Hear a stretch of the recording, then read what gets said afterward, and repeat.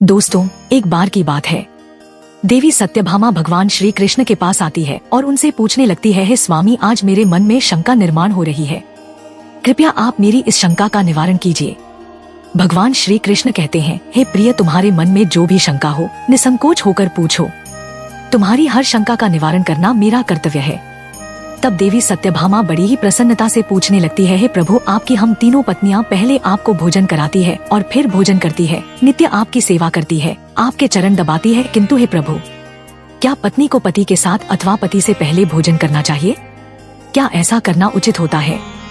शास्त्र इस विषय में क्या कहते हैं? हे प्रभु, ऐसा वह कौन सा पाप है जिसे करने से स्त्री नरकगामी बन जाती है? कृपया आप मेरी इस शंका का समाधान कीजिए। भगवान श्री कृष्ण मुस्कुराते हुए कहते हैं, हे सत्यभामा, आज तुमने समस्त मानव जाति के कल्याण के उद्देश्य से बहुत ही महत्वपूर्ण प्रश्न किया है।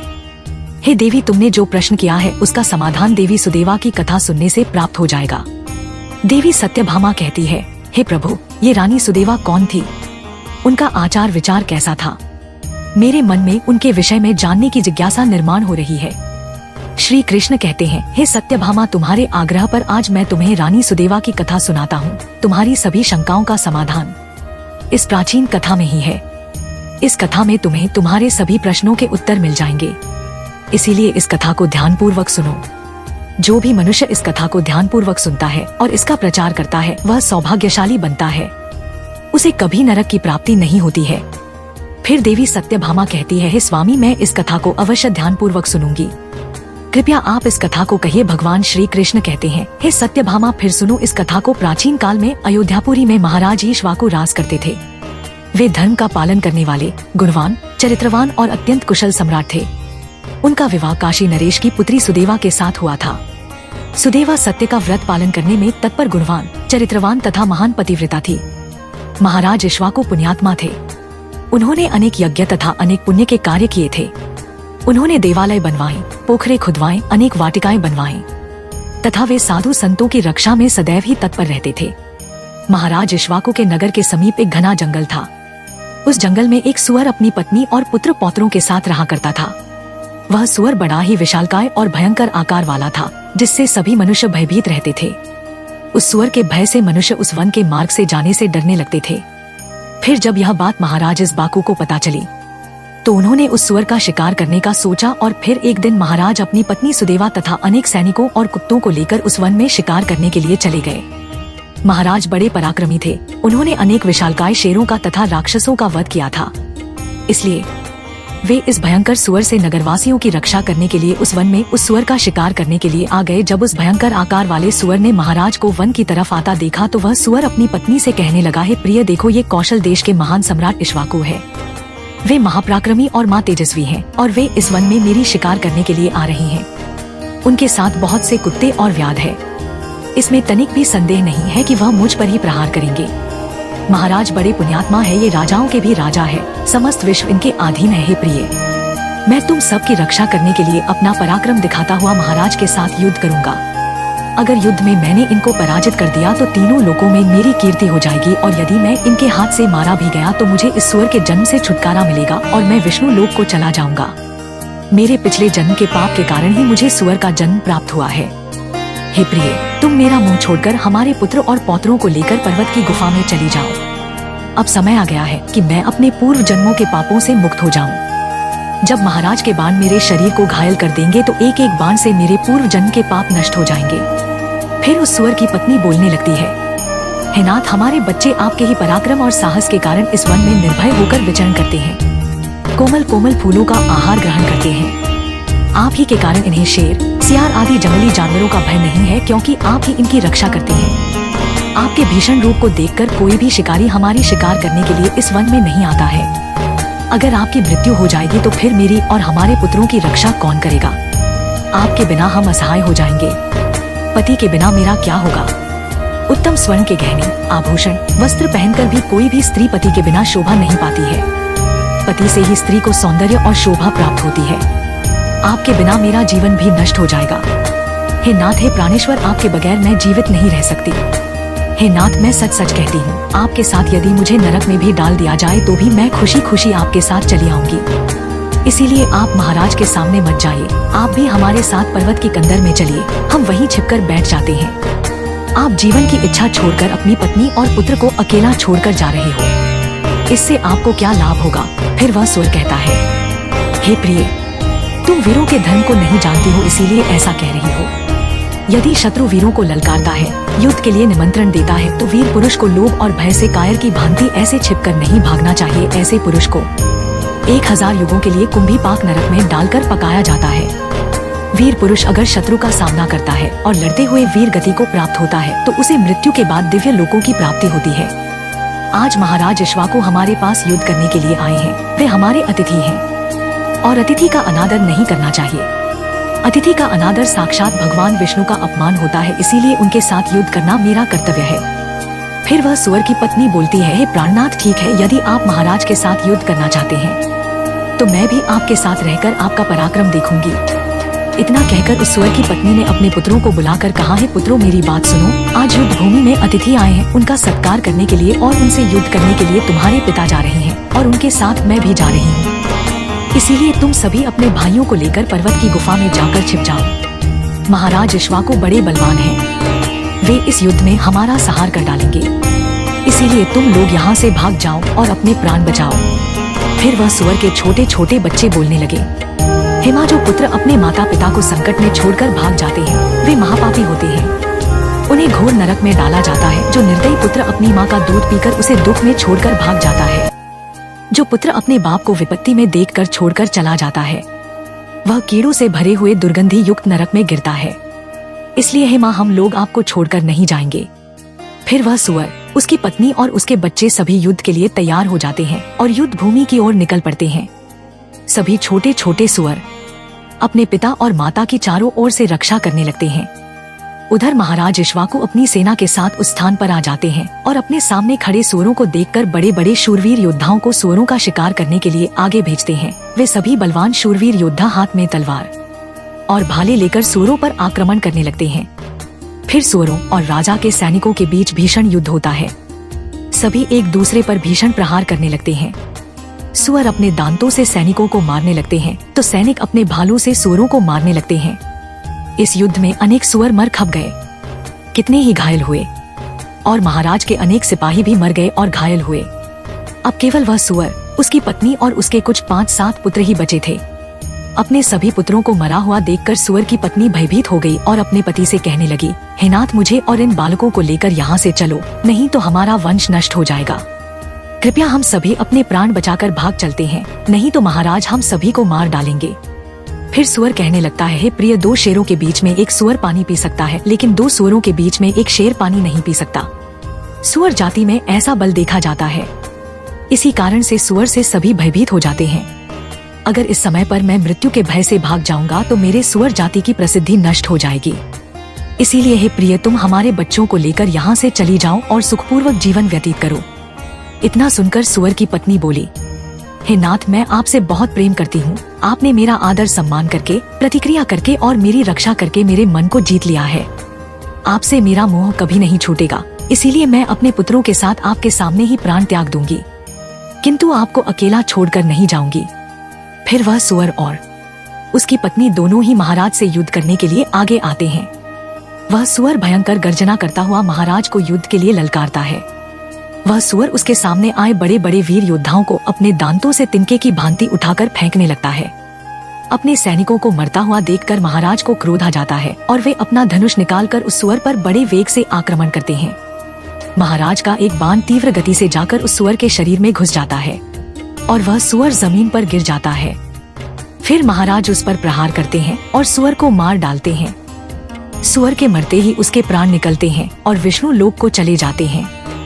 फिर महाराज के सैनिक अपने हाथ में भाले लेकर उस सुअर की पत्नी को मारने के लिए उसकी ओर जाने लगते हैं। सुअर की पत्नी अपने बच्चों के सामने खड़ी हो जाती है और बच्चों से कहती है, बच्चों, मैं जब तक यहाँ पर खड़ी हूँ, तुम यहाँ से भाग जाओ। सुअर का बड़ा बेटा बोलता है, हे माता, अपने प्राणों के भय से मैं आपको मरने के लिए छोड़कर कैसे भाग जाऊं? 11:37 अगर मैं ऐसा करूं तो मुझ पर धिक्कार है। मैं युद्ध में शत्रु को परास्त करूंगा। तुम अपने पुत्रों को लेकर यहाँ से चली जाओ। फिर वह सुअर की पत्नी बोली, है मेरे पुत्र, मैं महापापिनी तुझे अकेला छोड़कर कैसे चली जाऊं। 11:53 इतने में ही राजा के सैनिक उन सुअरों के पास आते हैं और उन पर प्रहार करने लगते हैं। सुअर का बड़ा बेटा भयंकर युद्ध करता है और अनेक सैनिकों को मार गिराता है। तब महाराज आगे आकर उस सुअर के बड़े बेटे को भी मार डालते हैं। अपने पुत्र को मरा हुआ देखकर सुअर की पत्नी बहुत क्रोधित हो जाती है और भीषण प्रहार करने लगती है। उसने भी अनेक सैनिकों को मार डाला।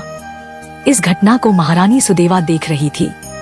तब वह महाराज से कहती है, हे महाराज, उस सुअर की पत्नी आपके सैनिकों को मार रही है, आप आगे चलकर उसका वध क्यों नहीं करते। 12:31 महाराज कहते हैं, हे प्रिय, यह एक स्त्री है। मेरा यह वचन है कि मैं स्त्री का वध नहीं करूंगा। स्त्री का वध करने से महापाप लगता है, इसलिए मैं उस सुअर की पत्नी को ना खुद मार रहा हूँ और ना किसी को उसे मारने के लिए भेज रहा हूँ। मुझे स्त्री का वध करने में बड़ा भय लगता है। इतना कहकर महाराज चुप हो गए। फिर महाराज की सेना में भार्गव नाम का एक बलवान सिपाही था। उसने उस सुअर की पत्नी पर प्रहार किया और उसे जमीन पर गिरा दिया। सुअर की पत्नी मूर्छित होकर जमीन पर गिर पड़ी और लंबी लंबी सांसें लेने लगी। जब रानी सुदेवा ने उस सुरनी को धरती पर बेहोश अवस्था में देखा तो उन्हें उस सुरनी पर बड़ी दया आ गई। उन्होंने ठंडा जल उस सुरनी के मुख में डाला और फिर उसके सारे शरीर पर डाल दिया, जिससे उस सुरनी को होश आया। सुरनी ने रानी को उस पर शीतल जल डालते हुए देखा तो वह बहुत प्रसन्न हुई और मनुष्य की वाणी में बोलने लगी, हे देवी, तुमने मुझ पर ठंडा जल डालकर मुझे कष्ट से मुक्ति दिलाई है, तुम्हारा कल्याण हो। सुरनी के ऐसे वचन सुनकर रानी सुदेवा को बड़ा आश्चर्य हुआ। वह सोचने लगी, ये तो आज मैंने बड़ी विचित्र बात देखी। यह सुवर्णी तो मनुष्य की वाणी में सुंदर और स्पष्ट संस्कृत बोल रही है। फिर रानी ने उस स्वर्णी से कहा, हे भद्रे, तुम कौन हो, तुम्हारा बर्ताव विचित्र है। 13:57 पशु होकर भी तुम मनुष्य की वाणी में बोल रही हो। तुम मुझे तुम्हारे पूर्व जन्म का वृतांत सुनाओ, किस कारण से तुम स्वर्णी बनी हो। फिर वह सुवर्णी कहने लगती है। 14:08 हे देवी, मेरे पति ने पिछले जन्म में गुरुजनों का अपमान किया था, इसी कारण से उन्हें सुअर का जन्म प्राप्त हुआ है। अब मैं आपको मेरे पूर्व जन्म की कहानी बताती हूँ। हे देवी, कलिंग नाम के देश में श्रीपुर नाम का एक सुंदर नगर था। उस नगर में वसुदत्त नाम के विद्वान ब्राह्मण रहते थे। मैं उसी वसुदत्त ब्राह्मण की पुत्री थी। उन्होंने मेरा नाम सुकन्या रखा था। उस समय उस नगर में मेरी जितनी सुंदर स्त्री कोई और नहीं थी। अपने सौंदर्य और रूप के घमंड में उन्मत्त हो गई थी। मेरी मुस्कान बड़ी मनोहर थी। जब मैं जवान हुई तो मेरा सुंदर रूप और जवानी देखकर मेरी माता को बड़ा भय लगने लगा। वो मेरे पिता से कहने लगी, हे नाथ, अपनी कन्या जवान हो चुकी है, उसका विवाह क्यों नहीं कर देते। इसे शीघ्र ही किसी वर को सौंप दीजिए। फिर वह ब्राह्मण बोला, हे कल्याणी, मैं अपनी पुत्री का विवाह उसी पुरुष के साथ करूंगा जो विवाह के बाद मेरे ही घर में निवास करेगा। सुकन्या मुझे बड़ी प्रिय है, मैं इसे अपनी आँखों से दूर नहीं होने देना चाहता। फिर एक दिन शिव शर्मा नाम के जवान विद्वान ब्राह्मण मेरे द्वार पर आ गए। मेरे पिता उसके ज्ञान और कुशलता को देखकर बहुत प्रसन्न हुए और उसे मुझसे विवाह करने के लिए पूछ लिया। फिर मेरे पिता ने उस शिव शर्मा ब्राह्मण से मेरा विवाह कर दिया और वे हमारे साथ ही हमारे घर पर रहने लगे। परंतु मैं अपने माता पिता के लाड प्यार से बिगड़ चुकी थी, अपनी विवेक शक्ति खो चुकी थी। मैंने कभी अपने पति की सेवा नहीं की, कभी उनके चरण स्पर्श नहीं किए। मैं सदा उन्हें क्रूर दृष्टि से देखती थी, उनका अपमान करती थी, उन्हें नाम लेकर पुकारना थी, उनके भोजन से पहले भोजन कर लेती थी। मैं अपने पति से ही खुद को भोजन परोसवा लेती थी। मैं अपनी मर्जी से स्वच्छंद होकर यहाँ वहाँ घूमने लगती थी और बात बात पर अपने पति का अपमान करती थी। मैंने उनके साथ कभी भी नहीं किया, उन्हें मेरे शरीर को कभी हाथ भी लगाने नहीं दिया। शिव शर्मा बहुत ही शांत स्वभाव के थे। उन्होंने मुझे अनेक दिनों तक सहन किया और फिर एक दिन वे अत्यंत दुखी होकर मुझे छोड़कर चले गए। मेरे पति के जाते ही मेरे पिता बहुत दुखी होकर कहने लगे, हे प्रिय सुनो, हमारे दामाद हमारी पुत्री को छोड़कर चले गए हैं। हमारी पुत्री ही पापचारिणी थी, दामाद तो विद्वान थे। मैं क्या जानता था कि हमारी पुत्री सुकन्या दुष्ट और कुल नाशिनी होगी। फिर मेरी माता बोली, हे नाथ, हमारी पुत्री आप ही के लाड प्यार से बिगड़ गई है, इसे सही राह पर लाने के लिए आपको ही कुछ करना होगा। पिता के घर में रहने वाली कन्या दुराचारी बन जाती है, इसलिए कन्या को कभी घर में नहीं रखना चाहिए, उसे उसके पति के पास ही रखना चाहिए। हमारी कन्या बहुत दुष्ट और पापिनी है, आप इसका त्याग करके इसे इसके पति के पास भेज दीजिए। इस प्रकार से माता के वचन सुनकर मेरे पिता बहुत क्रोधित हुए और मुझे कहने लगे, हे दुष्टा, हमारे कुल में कलंक लगाने वाली दुराचारिणी, तेरे ही कारण शिव शर्मा हम सबको छोड़कर चले गए। इसीलिए तेरा पति जहाँ पर है तू वहीं पर चली जा, अथवा तुझे जो स्थान अच्छा लगे वहाँ पर चली जा। फिर मैं अपने घर को छोड़कर चली गई। बाहर जाने पर मुझे लोग कुलटा पापिनी दुराचारिणी कहकर संबोधन करने लगे। इसीलिए मैं अपने पति को ढूंढते हुए वन चली गई। फिर एक दिन वन में मैं एक कुटिया के सामने जाकर खड़ी हो गई और भिक्षा मांगने लगी। वहाँ पर उस कुटिया में रहने वाली मंगला नाम की स्त्री ने मुझे देखकर अपने पति से कहा, है स्वामी, द्वार पर एक दुखिया दुबली पतली स्त्री भिक्षा मांगने के लिए आई है। मंगला का पति शिव शर्मा ही था जिन्होंने मेरा त्याग किया था। मुझे देखकर उन्होंने मुझे पहचान लिया और अपनी पत्नी से कहने लगे, हे प्रिय, ये मेरी पहली पत्नी सुकन्या है जो मुझे बहुत प्रिय थी। इसीलिए तुम इसका आदर सत्कार करो और इसे अपने घर में स्थान दो। फिर मंगला ने अपने पति की आज्ञा का पालन करते हुए मुझे घर के अंदर बुला लिया और मुझे पहनने के लिए वस्त्र दिए। फिर एक दिन में बैठकर मंगला के अच्छे स्वभाव का और मेरे दुष्ट स्वभाव का विचार करने लगी और मुझे बड़ा दुख होने लगा। अधिक चिंता करने के कारण मेरा हृदय फट गया और उसी क्षण मेरी मृत्यु हो गई। फिर यम के 2 दूत उस स्थान पर आ गए और मुझे उठाकर यमलोक ले गए। वहाँ पर यमराज ने मेरा लेखा जोखा देखा और यमदूतों से कहा, है दूतों, इस पापिनी स्त्री ने अपने पति का बहुत अपमान किया है। ये पति से पहले ही भोजन कर लेती थी, अपने पति को नाम से बुलाती थी, उसे घर के काम करवाती थी। इसीलिए इस पापी स्त्री को ले जाकर नरक में डाल दो।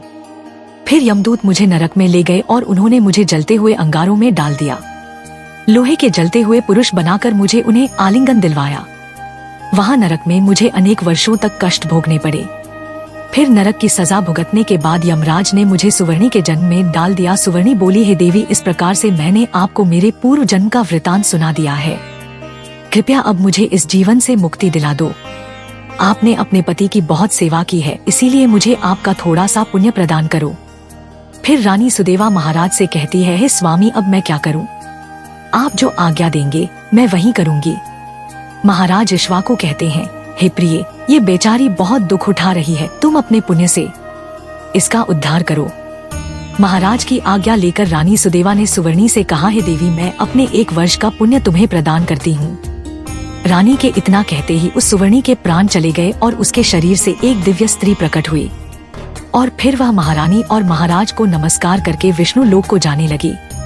भगवान श्री कृष्ण कहते हैं, हे सत्यभामा, इस प्रकार से मैंने तुम्हें यह महान कथा सुनाई है। तुम्हें तुम्हारे सभी प्रश्नों के उत्तर भी मिल गए होंगे। देवी सत्यभामा कहती है, हे स्वामी, आपने आज मुझे बहुत ही पवित्र कथा सुनाई है और मेरी सभी शंकाओं का निवारण भी किया है। तो दोस्तों, उम्मीद है आपको भी यह कथा पसंद आई होगी। कथा कैसी लगी कमेंट करके जरूर बताएं। जानकारी अच्छी लगी तो वीडियो को लाइक जरूर करें और कमेंट में जय श्री कृष्ण अवश्य लिखें। साथ ही चैनल को सब्सक्राइब करें।